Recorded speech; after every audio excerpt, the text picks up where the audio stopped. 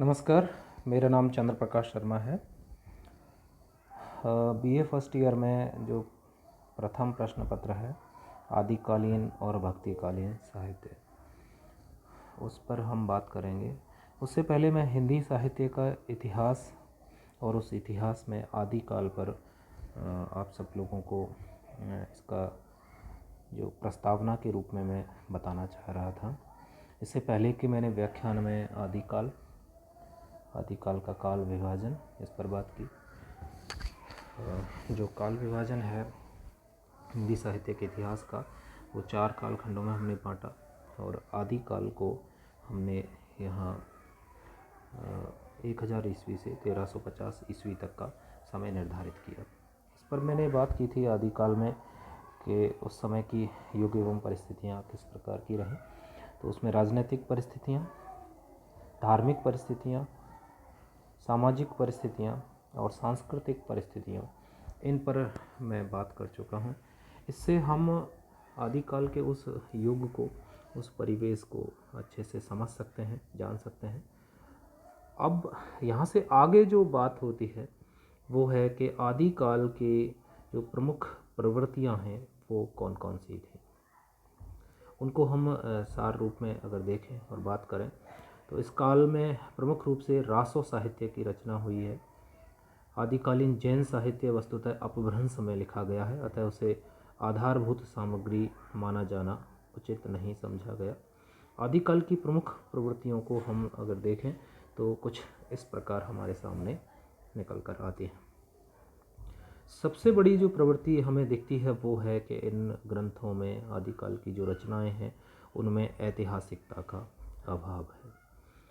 पात्र हमें ऐतिहासिक लगते हैं, किंतु जो तिथियां हैं, जो उनका वर्णन है, वो ऐतिहासिक नहीं है। यानी कि इनकी प्रामाणिकता संदिग्ध है और ऐतिहासिकता भी संदिग्ध है। दूसरी जो विशेषता है, जो प्रवृत्ति है इस युग की, वो है युद्ध वर्णन में सजीवता। निश्चित रूप से मैंने पहले बताया था जो राजनीतिक परिस्थितियां हैं उसमें कि ये जो कालखंड है इसमें छोटे छोटे राज्य हैं और उन राज्यों के बीच में सीमा विवाद को लेकर, विभिन्न छोटी छोटी बातों को लेकर युद्ध छिड़ जाता है। तो युद्धों की स्थिति इस समय में बनी हुई थी। तो निश्चित रूप से इस समय के साहित्य में युद्धों का वर्णन है और वो वर्णन भी बड़ा ही सजीव है। इसके पीछे एक कारण ये भी है कि जो राजाओं के जो दरबारी कवि थे, जो चारण कवि थे, वो राजाओं के साथ युद्ध के मोर्चे पर भी जाते थे, युद्ध लड़ने भी जाते थे और राजाओं के साथ रहते थे। तो निश्चित रूप से वो उन दृश्यों का आँखों देखा हाल वर्णन करते हैं, क्योंकि वो खुद उस युद्ध में सम्मिलित रहते हैं। तो उनके जो वर्णन हैं वो बड़े प्रभावशाली और सजीव बन पाए हैं। अगली जो प्रवृत्ति है, जो विशेषता है, वो प्रामाणिकता पर संदेह है। ग्रंथों की जो रचना है और रचना का जो समय है और उस ग्रंथ में जो समय तिथियाँ गिनाई गई हैं, उनके और जो पात्र हैं उनके मध्य सामंजस्य की बहुत कमी है। इसलिए इन ग्रंथों पर बड़ा प्रश्न चिन्ह ये खड़ा कर दिया गया है कि ये प्रामाणिक रचनाएं नहीं हैं। दूसरा कारण एक ये भी रहा कि इन ग्रंथों को मूल रूप में सुरक्षित नहीं रखा गया और इनके जो विकृत रूप हैं, प्रक्षिप्त रूप हैं, अंशों को जोड़ा गया है, घटाया गया है, इससे इनकी प्रामाणिकता बड़ी संदिग्ध जान पड़ती है। क्योंकि कुछ ग्रंथों में जो भाषा है वो आदिकालीन डिंगल पिंगल शैली है और कहीं कहीं उनमें जो भाषा का जो रूप है वो भक्ति काल का दिखाई पड़ता है, आगे का दिखाई पड़ता है। तो इससे यह ज्ञात होता है कि ये ग्रंथ बाद में काटे छांट कर दी गई है इनमें और बहुत सारा अंश इनमें बाद में जोड़ दिया गया है, जिससे इनकी प्रामाणिकता बड़ी ही संदिग्ध मानी गई है। आचार्य रामचंद्र शुक्ल ने तो जब हिंदी साहित्य की जब वो चर्चा करते हैं और आदिकाल का पूरा वर्णन कर देते हैं तो एक जगह पर इन्हें पूरे साहित्य को, इस पृथ्वीराज रासो को जाली तक कह दिया है। अगली प्रवृत्ति पर हम बात करें तो वीर एवं श्रृंगार रस की प्रधानता। इन ग्रंथों की जो जो रस परक जो ग्रंथ हैं उन पर हम बात करें तो वीर रस की प्रधानता यहाँ दिखाई देती है, क्योंकि परिवेश पूरा युद्धों का है और ग्रंथों में युद्धों का वर्णन है, तो निश्चित रूप से वीर रस की प्रधानता होगी ही। कहीं कहीं जहाँ इन्हें युद्धों से अवकाश मिलता है तो वहाँ चारण कवि राजाओं के आश्रय में रहते हुए श्रृंगारिक रचनाएं भी करते हैं और उन रचनाओं में श्रृंगार रस का वर्णन भी मिलता है। नायिका इन ग्रंथों में अपना स्थान रखती हैं, इसलिए यहाँ नायक नायिका के प्रसंगों का विवेचन है, वहाँ पर श्रृंगार रस देखने को मिलता है। अगली प्रवृत्ति की हम बात करें तो इन ग्रंथों में आश्रयदाताओं की अतिशयोक्तिपूर्ण प्रशंसा भी हमें देखने को मिलती है। अतिशयोक्ति इसलिए है कि कहीं कहीं वर्णन इतने अधिक चाटुकारितापूर्ण कर दिए गए हैं कि उन पर विश्वसनीयता पर उनकी पर प्रश्न चिन्ह लग जाता है। ये हम मान सकते हैं कि जो तत्कालीन परिस्थितियां हैं, राजाओं के आश्रय में जो राजकवि रहते हैं, उनका ध्येय निश्चित रूप से अपने आश्रयदाता की प्रशंसा करना रहा, पर वह प्रशंसा एक सीमा तक सही थी और कुछ ग्रंथों में यह उचित भी जान पड़ती है, सीमित भी है, लेकिन कहीं कहीं आश्रयदाताओं की अतिशय प्रशंसा भी हमें इस काल के साहित्य में देखने को मिलती है। अगली जो बात विशेषता जो इस साहित्य में निकल के आती है वो है संकुचित राष्ट्रीयता।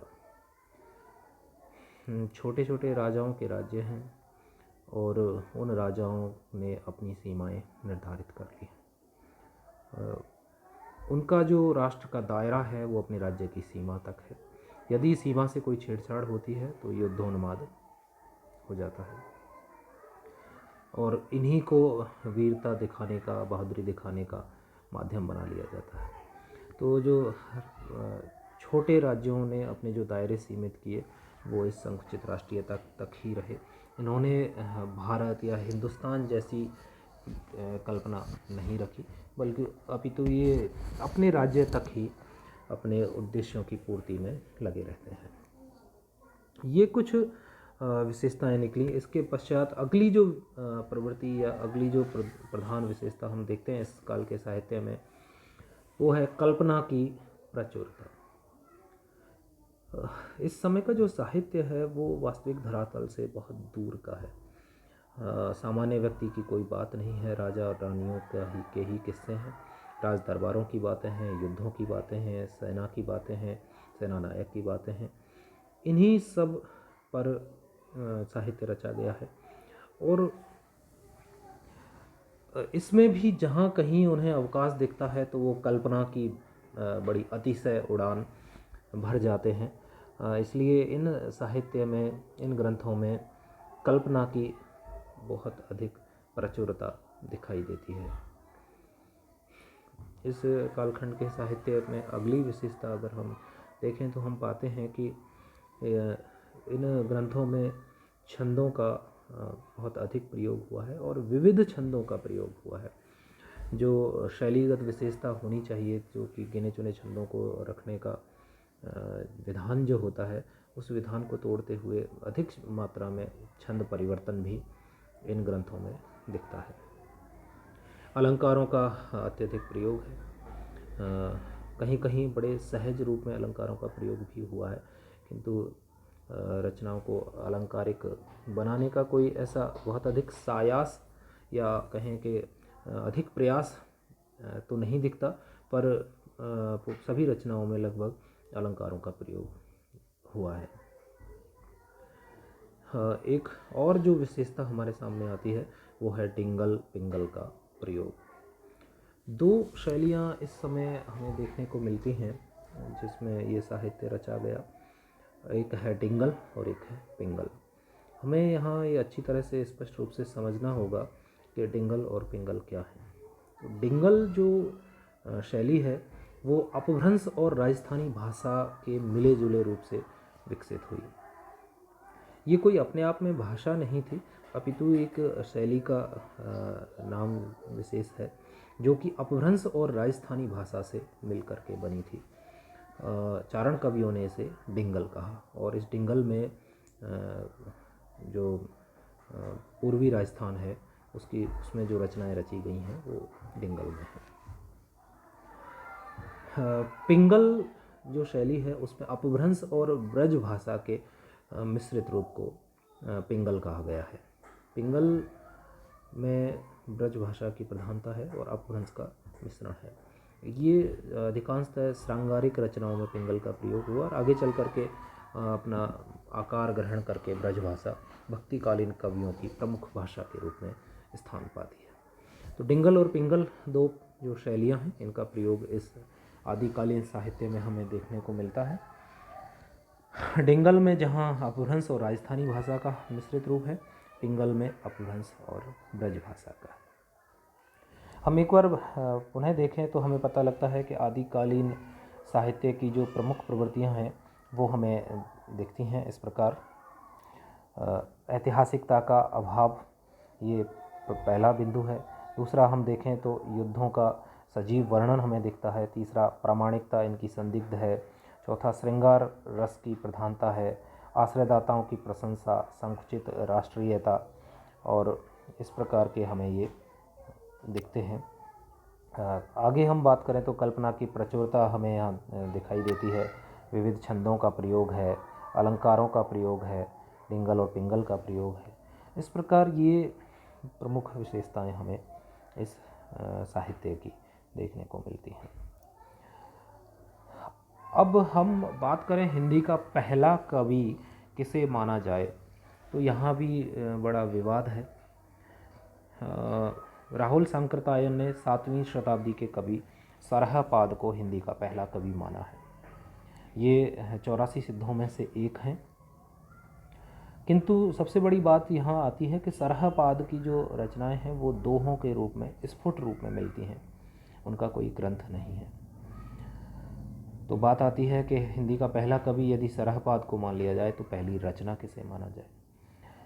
साथ ही साथ यहाँ विवाद कवि को लेकर के भी है कि डॉक्टर गणपत चंद्र गुप्त शालिभद्र सूरी को हिंदी का पहला कवि मानना चाहते हैं। उन्होंने अपने हिंदी साहित्य का वैज्ञानिक इतिहास में शालिभद्र सूरी को हिंदी का पहला कवि स्वीकार भी किया है।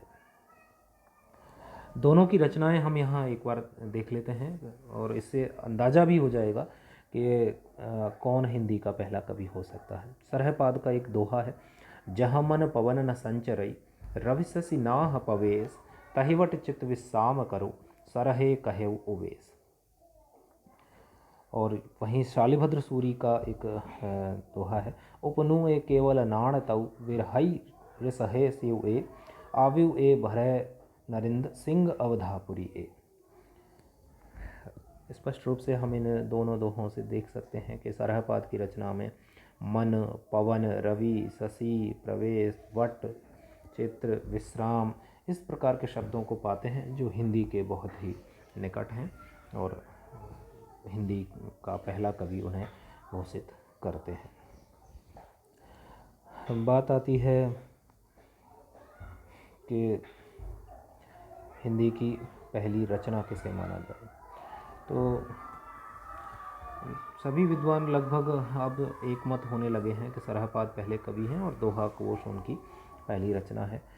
पर गणपति चंद्र गुप्त शालिभद्र सूरी की रचना भरतेश्वर बाहुबली रास को मानना चाहते हैं, और कुछ विद्वान हिंदी के पहले ग्रंथ के रूप में श्रावकाचार को, जो कि देवसेन एक कवि हैं, जैन कवि हैं, जैन मुनि हैं, उनकी रचना है श्रावकाचार, उस श्रावकाचार को हिंदी की पहली रचना मानना चाहते हैं, जो कि 933 ईस्वी में लिखी गई और इसमें 250 दोहों में श्रावक धर्म, जो जैन धर्म है, उसके बारे में बताया गया है। इस प्रकार हम देखते हैं कि आदिकालीन जो परिस्थितियां हैं वो राजनीतिक, सामाजिक, धार्मिक, सांस्कृतिक किस प्रकार की हैं उसको हमने अच्छे से जान लिया।